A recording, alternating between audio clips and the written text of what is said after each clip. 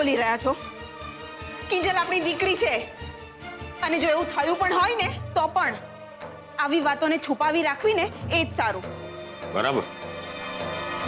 હા ઈ બરાબર હો રઘલા, તારી વાત 100% સાચી. સરોજ છુપી જ રાખવી જોઈએ. સાચું કીધું તે 100% સાચી વાત તારી. રઘલા, એ રાહુલિયા અને એ મારી માવડી, અમારી માસ્તર સરોજે કીધું કે મોઢા ઉપર આંગળી એટલે આંગળી. રાહુલિયા તું બોલ. ચપ, કોઈ કઈ બોલવાનું નથી. એલી અક્કલની ઓછમીર, કામ આખાના મોઢે આવી રીતે ગરણા બાંધવા જઈશ તું?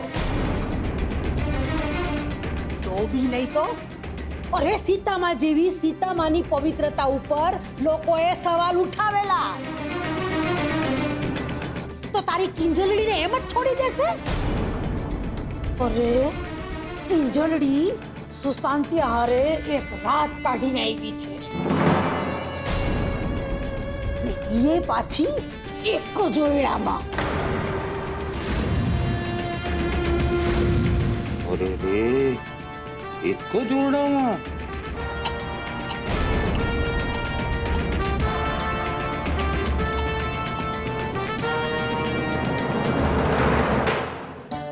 આવ બેટા, આવ. આજે જે તે કર્યું છે ને એના માટે હું તને શાબાશી આપવાની છું. આ તમે શું બોલો છો આંટી? એક તો રૂપેશ ખોટું બોલ્યો અને પોતાનો જીવ જોખમમાં રાખ્યો, તો પણ તમે એનો પક્ષ લઈ રહ્યા છો, એને શાબાશી આપી રહ્યા છો. આખું ગામ ભલે તને શાબાશી આપે, પણ હું તો તને ઠપકો જ આપવાનો છું. આવું ગાંડું સાહસ કરવાની શું જરૂર હતી? એક થઈ ગયું હતો બારોબાર જામનગરને બદલે તાપીનગરની અંદર સુશાંતની ગેમ રમવાની. તો શું કરું પપ્પા? તમને લાગે છે કે મારા જૂનાગઢ કે જામનગર જવાથી સુશાંત મારો પીછો છોડી દેવાનો હતો?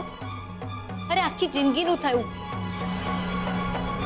એટલે જ રોજ રોજના મરવા કરતા કરી નાખ્યો એક વારનો નિર્ણય. કિંજલ, તું કોણ છે તારી જિંદગીનો નિર્ણય કરવા વાળી? અમે તને જન્મ આપ્યો છે, તારા મા બાપ જીવે છે હજી. તું એટલી મોટી નથી થઈ ગઈ કે આવા નિર્ણયો તું જાતે કરે. મને ખબર છે પપ્પા કે તમને અને મમ્મીને મારો આ નિર્ણય નથી ગમ્યો. તમને બંનેને બહુ ચિંતા થઈ ગઈ હતી એ વાતની પણ મને જાણ છે ને એટલે જ તમે મને જે સજા આપશો એ મને મંજૂર છે. બીજન, ફૂટપટ્ટી લઈ આવો.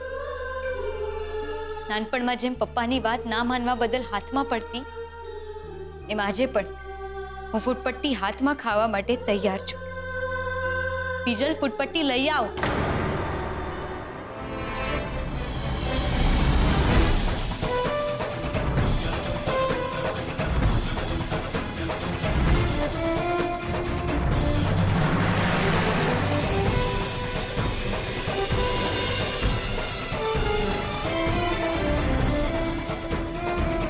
એક મિનિટ કિંજલ,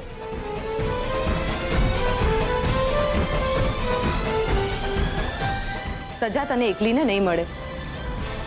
મેં પણ તને સાથ આપ્યો હતો ને, તો જે તારી સજા એ જ મારી પણ સજા.